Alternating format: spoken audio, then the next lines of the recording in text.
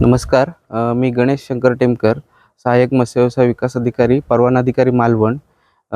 काल रात्री 9च्या सुमारास आम्हाला देवबाग समोरील समुद्रात एक 11:30 ते 12 सागरी मैल अंतरावर अ, ग गंगा 9 आणि सॅम मिंगल या 2 मासेमारी पर्सील नौका लाईट लावून उभ्या असलेल्या LED लाईट प्रकाशझोत लावून उभ्या असलेल्या आढळल्या.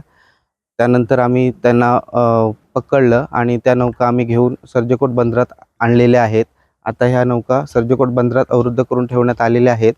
तसेच आता इथं मासळीचा लिलाव त्या नौकांवरील भेटलेल्या मासळीचा लिलाव करण्यात येत आहे. पुढील कारवाई सहाय्यक आयुक्त मत्स्यव्यवसाय सिंधुदुर्ग मालवण यांच्याकडून होणार आहे. धन्यवाद.